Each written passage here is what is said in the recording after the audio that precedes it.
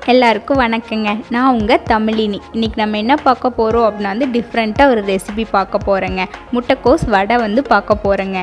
நான் முட்டைக்கோஸை வச்சு first cabbage Manchurian செய்யலாம் அப்படின்னு ட்ரை பண்ணேங்க. ஆனால் எனக்கு கிடைச்சது முட்டைக்கோஸ் வடை தாங்க கிடைச்சிது. நான் சமையலில் ஒரு பெரிய நல்லா செய்வேன் அப்படின்லாம் சொல்ல முடியாது. நானும் ஒரு பிகினர் தானுங்க. நானே யூடியூப் பார்த்து தான் செய்வேன். அந்த மாதிரி செய்யும்போது நல்லா வர ரெசிபிஸ் நான் வீடியோவில் போடுவேங்க. அந்த மாதிரி மஞ்சூரியன் செய்யும்போது எனக்கு மஞ்சூரியன் அவ்வளோ ஒன்றும் டேஸ்ட்டாக கிடைக்கலங்க.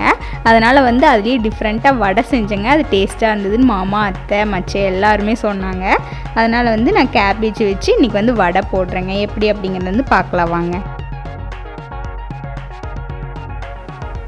இன்றைக்கி நான் ஒரு சின்ன சைஸ் முட்டைக்கோஸில் ஒரு ஆஃப் முட்டைக்கோஸ் எடுத்துக்கிட்டேங்க. ஒரு 2 சின்ன கேரட் எடுத்துகிட்டு நல்லா அரைச்சி எடுத்துக்கிட்டேங்க. அடுத்து நான் பெரிய வெங்காயத்தை பொடி பொடியாக நறுக்கி வச்சுருந்தேங்க. அதையும் போட்டுக்கிட்டேன். இஞ்சி பூண்டு விழுதை அரைச்சி வச்சுருந்தேங்க. அதையும் போட்டுட்டேங்க. கடலை மாவு கொஞ்சம் இருந்தது, அதையும் போட்டுட்டேங்க. இது கோதுமை மாவு, அது ஒரு 2 டேபிள் ஸ்பூனாட்ட போட்டுக்கிட்டேங்க. நல்லா பெரிய டேபிள் ஸ்பூன்லேயே. இது அரிசி மாவுங்க. அரிசி மாவு இதை எல்லாத்தையும் போட்டு நல்லா மிக்ஸ் பண்ணி எடுத்துக்கலாங்க. அடுத்து நம்மளுக்கு உப்பு இதை நல்லா மிக்ஸ் பண்ணிவிட்டு உப்பு எவ்வளோ தேவையோ அதுக்கு ஏற்ற அளவுக்கு நம்ம உப்பு போட்டு அதையும் நல்லா மிக்ஸ் பண்ணிக்கலாங்க.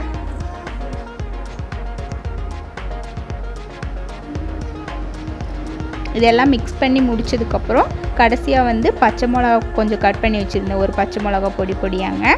அடுத்து கொத்தமல்லி தலையும் பொடி பொடியாக கட் பண்ணி வச்சுருந்தேங்க. அதையும் போட்டு நல்லா மிக்ஸ் பண்ணி எடுத்துக்கலாங்க.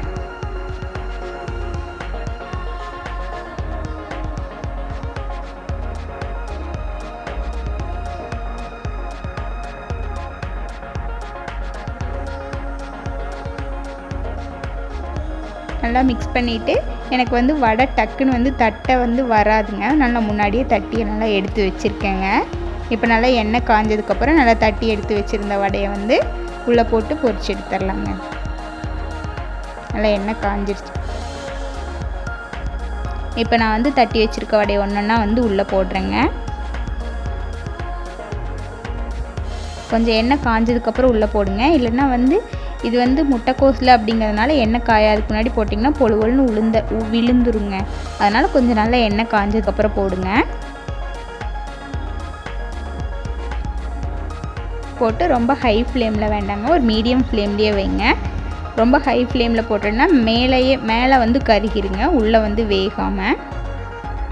நல்லா பொன்னிறமாக வந்துருச்சுங்க. நல்லா திருப்பி விட்டு 2 சைடு வேகிற மாதிரி நல்லா திருப்பி விடலாங்க.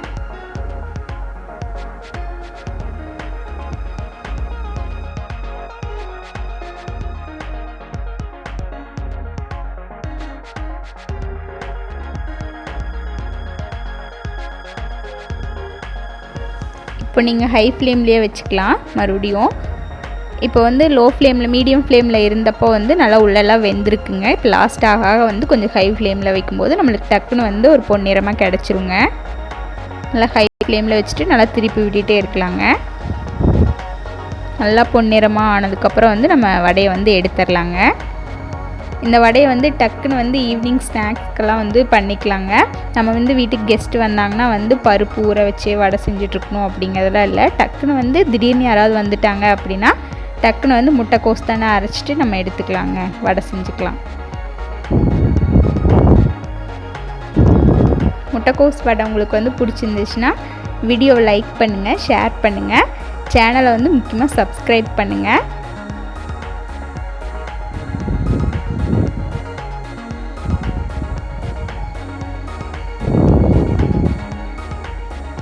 வடை இப்போ ரெடி ஆயிடுச்சுங்க. வீடியோ பார்த்த எல்லாத்துக்கும் ரொம்ப நன்றிங்க. இவ்வளோ நாள் சப்போர்ட் பண்ண எல்லாத்துக்குமே ரொம்ப நன்றிங்க. இனி சப்போர்ட் பண்ண போகிறவங்களுக்கு ரொம்ப நன்றிங்க. தேங்க்யூ.